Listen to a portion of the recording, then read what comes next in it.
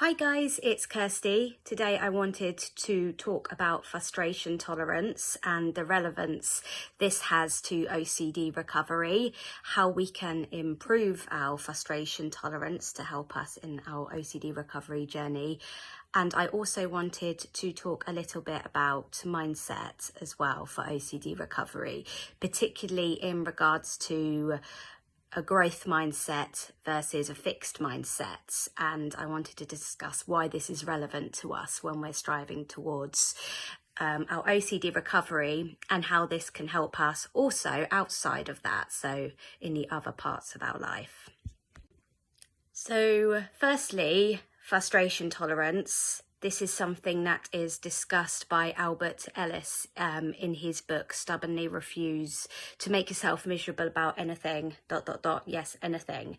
So this is the first book on the OCD recovery reading list, and it's really, really helpful for us to challenge our irrational beliefs and also, while we're doing that, improve our frustration tolerance.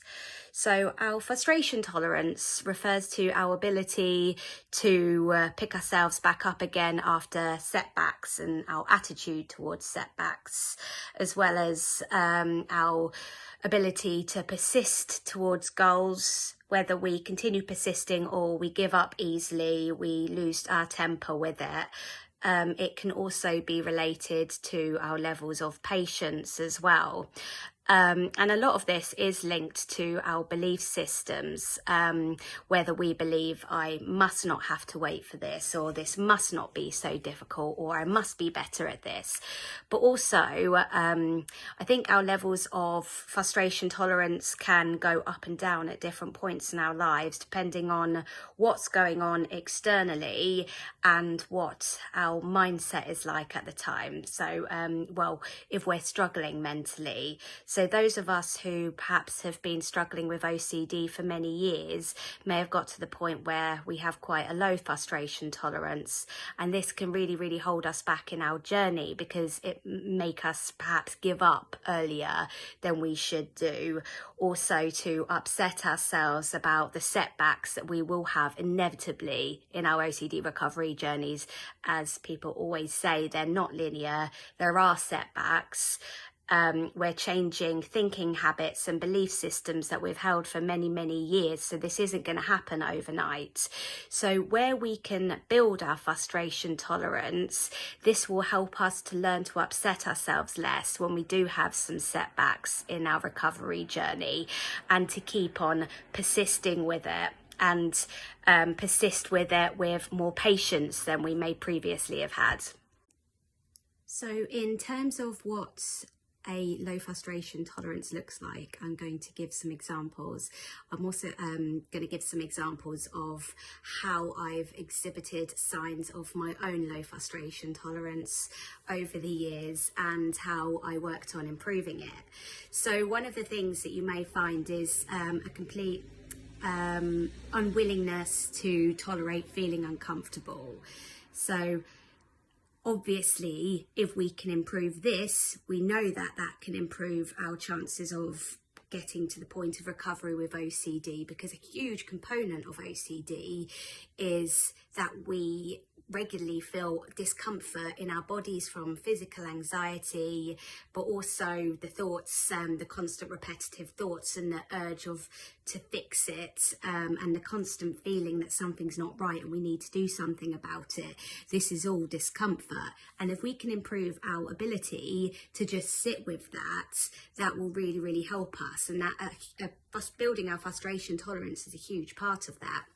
Another thing is, if you find yourself getting irritable really easily about everyday life stressors, if something breaks and you're unable to fix it, or small things that your partner does, leaving things lying around, if you find yourself getting really easily frustrated about it and angry and lashing out or something, verbally, hopefully, that's another sign of having a low frustration tolerance. And if that is the case, don't beat yourself up about it, but you can work on it. If you find yourself procrastinating as well, Your procrastination is essentially a way of it's a type of avoidance, which obviously is an OCD behavior. We know that. So if you find yourself procrastinating, it's because perhaps you're avoiding a task that you've marked in your mind as being too difficult, because the minute perhaps you start with that task, you might start to feel frustrated that you're not able to do it because you believe it's too difficult and you believe that you can't stand it or you can't stand that feeling. So that's another way that you can find yourself, that you can identify perhaps within you a frustration tolerance that could do with increasing if you're finding yourself avoiding it through procrastination. One of the ways that my low frustration tolerance has come out over the last few years was my losing my temper over setbacks with OCD recovery. If I found when I found that I was making some progress, and then I had a setback, I would, in my mind, be kicking and screaming like a small child, stamping my feet. Why can't I do this? Why? Well, it's obviously not possible. And that further just made me feel crap about it all, and just made me feel low, and just made me feel like giving up. But then of course, if you give up, what's the alternative? So you do need to persist. And just for me, persisting with my OCD recovery, picking myself back up after setbacks, bad days, has really helped me. It's really helped build my frustration tolerance in all other aspects of my life, because things have been made harder by my OCD. I'm never quite sure about decisions that I'm making. I'm never quite sure if it's OCD at play, or if genuinely I am a bit unsure about that situation, or if that person has behaved in a way that I'm uncomfortable about. Never quite sure about anything. And learning to sit with that and be more okay with that has helped improve my frustration tolerance in all other aspects of my life. Another way for me was when I was wanting to change my career last year, which feels like a really long time ago now, given everything that's going on this year with COVID-19. It seemed like a really big task for me, because I had been in the same career since I finished university, and my university degree was on the same topic. It was retail, and I'd been unhappy for quite a long time. But I just didn't know where to start with trying to go on to something else. And I had frequently doubted my ability, not just in my job, but my ability to do other jobs. And what if I was going to struggle with other jobs the way I struggled with this job? Is it me that's the issue rather than a job? Because I'm just going to be unhappy wherever I am. So what helped me, I found myself avoiding looking for other jobs, avoiding looking at my CV, because the task just felt too big. And every time I started looking at other jobs and started looking at my CV, I would just feel this mounting tension in my body. And again, that kind of urge to stamp my feet and say no and do something else and essentially avoid it. So it reached a point basically where I needed to leave this job. It was time. So I had no choice but to just sit with the feeling of frustration and discomfort and fear as well, that I wouldn't find something else. Break it down into small, manageable tasks. So I'm going to spend half an hour working on my CV today, and I'm going to feel really frustrated while I do it, but I'm going to do that. And then I'll come away from it, and then I'll do a bit more the next day. So breaking it down for me really helped. And it meant that I was exposing myself to that feeling of frustration little by little. Another thing that really helped me actually with this was my mindset. So I had read quite a lot about mindset changes and whether we have a growth or a fixed mindset. And I realized that I had a fixed mindset, essentially that I was good at these things, I was not good at these things, and that's that. And that was really limiting me in terms of what I was doing in my life, particularly professionally. So the reason I wanted to discuss growth mindset versus fixed mindset in this video is because I feel that it can help us to grow our frustration tolerance, which can help us on our OCD recovery journey. But also it's adding another layer of flexibility in our belief system and in our thinking, which again is vastly important for us in our OCD recovery journey, because we do want to grow our flexibility in our thinking, our belief system in many, many ways about what we can and can't tolerate in our lives, what we're willing to put up with, what levels of discomfort we're willing to put up with. So essentially, if we look at it like the fixed mindset is the mindset that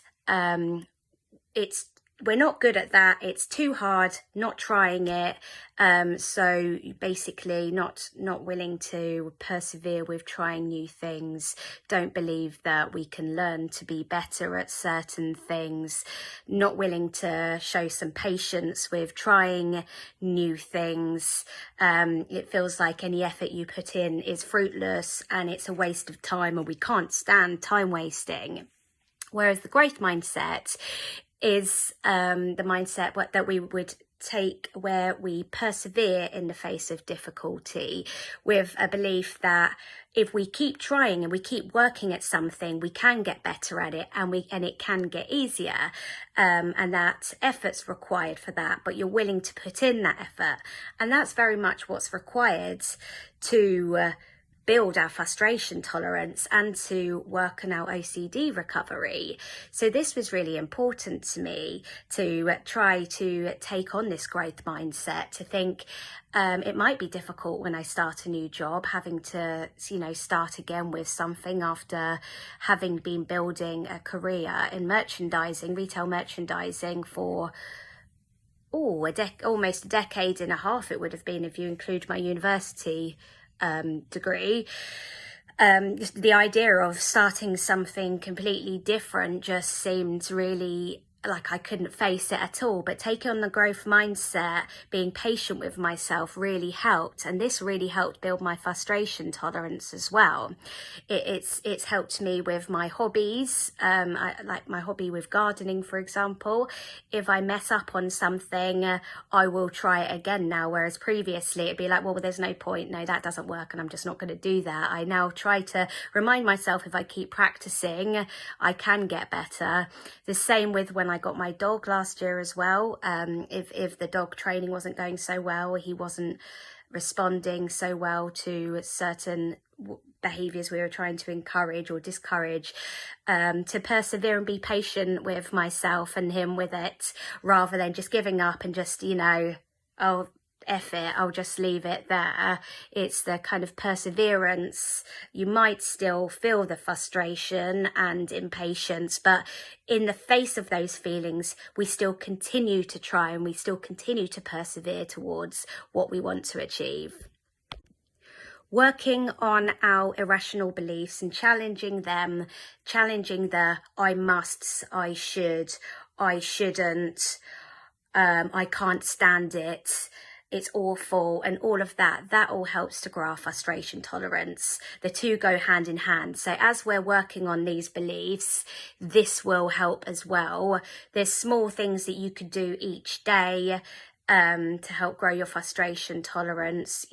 Not stop avoiding trying the new things that you want to try. Do a little bit each day, and sitting with the feelings of discomfort, sitting with the feelings of frustration, and still persevering a little bit each day. Then your mind will start taking notes in the background that you're willing to feel a bit, frustrated with things, but you're willing to sit with that, and also you're willing to still continue trying. You believe that you can learn this new thing, and you can overcome obstacles and setbacks, even if it's just as simple as if you've got a job to do, a small errand to run, but it involves having to wait in a queue. Go and do that and wait in that queue, and show yourself that you can tolerate feeling impatient or frustrated.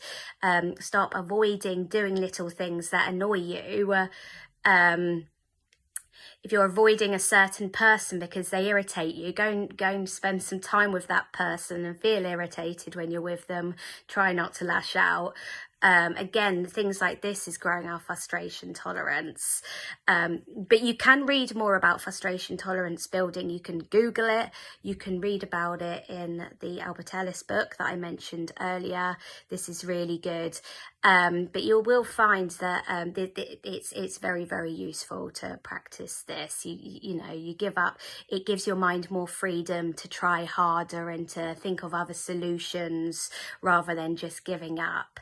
I hope this video has been helpful to you, and I encourage you to push through those feelings of frustration.